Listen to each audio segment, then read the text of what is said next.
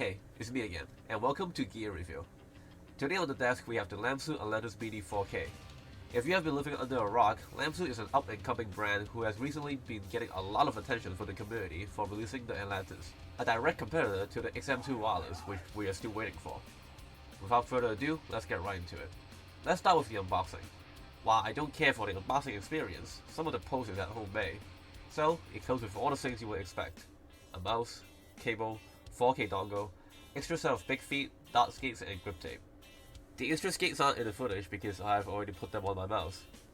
But anyway, there's a little bit more than your average release. The design of the box is also pretty cool, to be honest. And now, let's get into the specs. 117 by 63 by 37mm, 49 grams, and has all the specs that people in the scene look for. A 3395, Nordic MCU, 4K polling, and so on.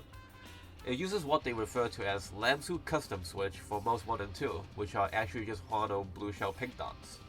For the scroll, it uses a silver TTC encoder, and it comes with rounded PDFE feet. Impressive specs, but my scale does say 52.5 grams instead of 49, just a heads up. The build quality is incredible. Mouse 1 and 2 feel extremely crisp, and there's only a slight amount of wobble if you force it.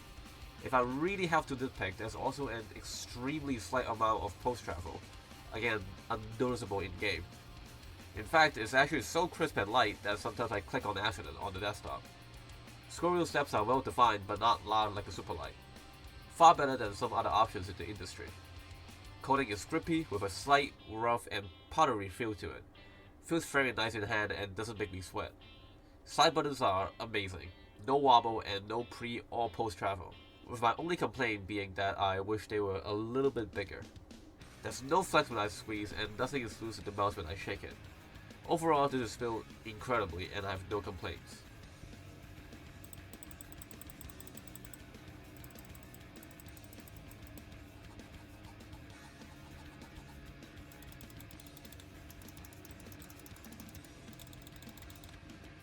Onto the shape, so this is going to be my personal opinion. I like the shape. It's rare that I don't hate using an MB mouse, and this is one of the few that I don't dislike. While it is a small mouse, my 19.5 by 10 cm hands can still claw grip it nicely. The size curves downwards slightly, and my thumb and pinky fits right into the groove. The hump is slightly towards the back and therefore can support the back of my palm, which can be said about its main competitor, the X2 Mini. Overall, this is very much a small mouse, but it does feel bigger than it should, if you know what I mean. Now let's head into the lab and do some tests. While DPI deviation isn't a real issue, it's still worth just seeing numbers. With my testing, I measured around 1640 DPI on 1600 DPI. Again, not a real problem, and this number will vary unit by unit and will also be affected by the mousepad used. In the paint test, there's no sensor lens rattle and no angle snapping, no jitter on 1600 DPI, and a lot of jitter on 26,000 DPI, which is expected. This can be resolved by turning on ripple control, a quick note which is just smoothing, which also increases motion delay but is a nice option for people playing on extremely high DPIs. The paint test really is just a sanity check at this point, and it's very rare for a mouse to do bad here. In mouse tester, on 1 kHz everything looks fine, motion sync is clearly on and the graphs come out as expected. However, on 4 kHz, using 4800 DPI to saturate the pulse, it looks a little rough. This I will get into later. In terms of latency, unfortunately we over at aimmag aren't made of money, so we don't have an LDAC system yet. So we'll have to rely on our flawed human bodies for this part, and it's fine. No surprises here as well. Now, how does it perform in game? Very, very well. The smaller shape and lightweight means that readjustments for me are even easier.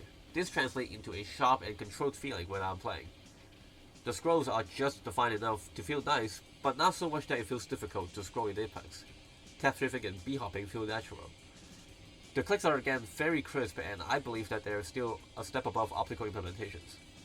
In Kovacs, I even managed to get some nice PBs, an 890 on Anuns, Astra on Air, and so on.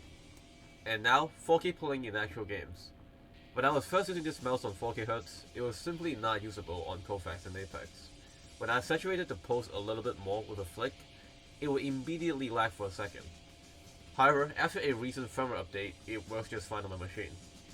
With my setup, it's very hard to see a noticeable difference, but I can just about see a slight improvement in smoothness and overall responsiveness. Also, I noticed that in Kovacs when I play on 4K Hz, the average FPS drops by around 100.